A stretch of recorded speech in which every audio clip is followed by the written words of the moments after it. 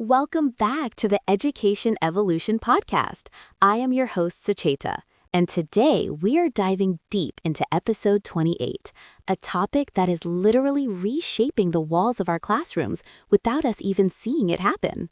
It is a pleasure to be here, Sucheta. You are right. The digital footprint of a student today is much more than just a grade on a paper. It is a living, breathing map of their learning journey. Excitedly! That is a beautiful way to put it, Mr. Saroon. We are talking about big data in educational assessment. For those listening who might find the term big data a bit intimidating, how would you describe its role in a simple classroom setting? Thoughtfully, imagine a teacher who has 30 students. In a traditional setting, she only knows if a student is struggling after the Friday quiz. But with big data, she can see in real time that a student spent 10 minutes staring at a specific math problem, or that they rewound a tutorial video 3 times. It is the pulse of the learning process. Intrigued. So we are moving away from that gotcha moment of a final exam and moving toward a continuous conversation between the student's actions and the teacher's response? Passionately. Exactly. We call it stealth assessment. It happens in the background. It allows us to catch a student before they fall, rather than just documenting the crash at the end of the semester. It feels much more humane, honestly, despite being driven by algorithms. Softly.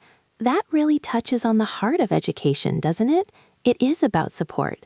But I have to ask, Mr. Saroon, does this much data feel overwhelming for the educators? I mean, teachers are already stretched so thin. Reassuringly, that is a very valid concern. If we just dumped raw spreadsheets on their desks, it would be a disaster. The magic happens in the visualization. We need tools that turn those billions of data points into simple, actionable insights.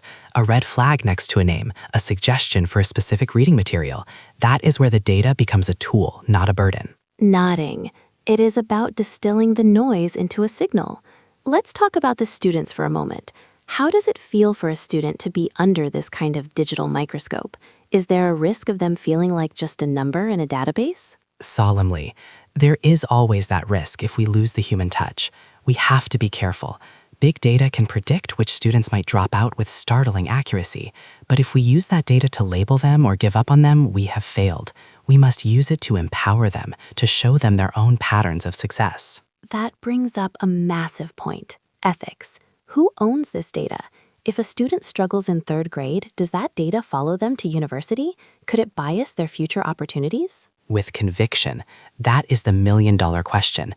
Data privacy and the right to be forgotten in education are crucial topics. We need robust policies to ensure that a child's mistakes at age 10 do not become a digital ghost that haunts their career at age 25. Data should be a flashlight, not a branding iron. Impressed. A flashlight, not a branding iron. I love that metaphor. It really reframes the whole discussion.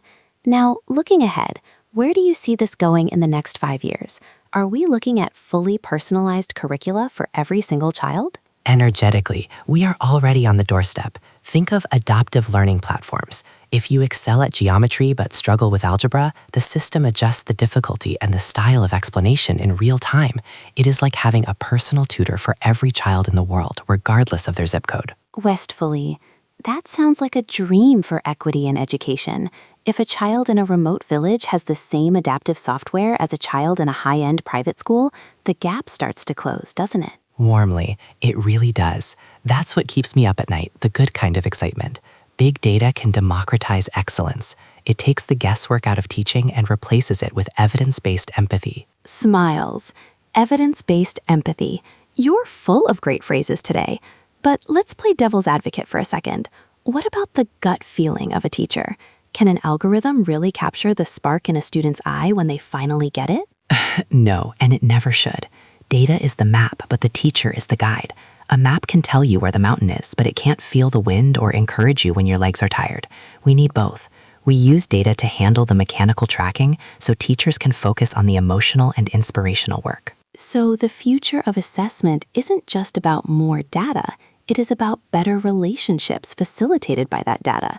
We are freeing the teacher to be more human, not less. Precisely. If I know exactly which concept my student is stuck on before I even walk into the room, I don't have to waste time lecturing to the whole class. I can go straight to that student, look them in the eye, and say, "Hey, I think I know what's tripping you up. Let's look at this differently."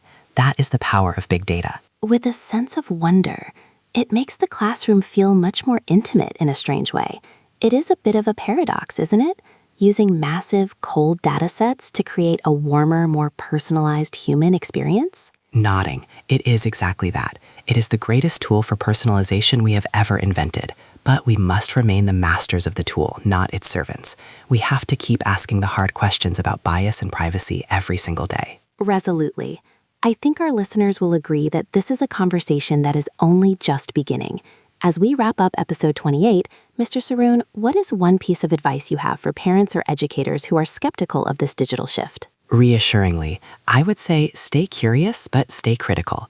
Don't fear the data, but don't worship it either. Use it as a starting point for a conversation with your children and students. Ask them how they feel about the tools they are using. Their voice is the most important data point of all. Warmly. A perfect note to end on. Their voice is the most important data point.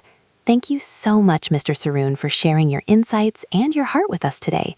This has been a truly eye-opening session. With a smile, thank you, Sucheta. It was a pleasure.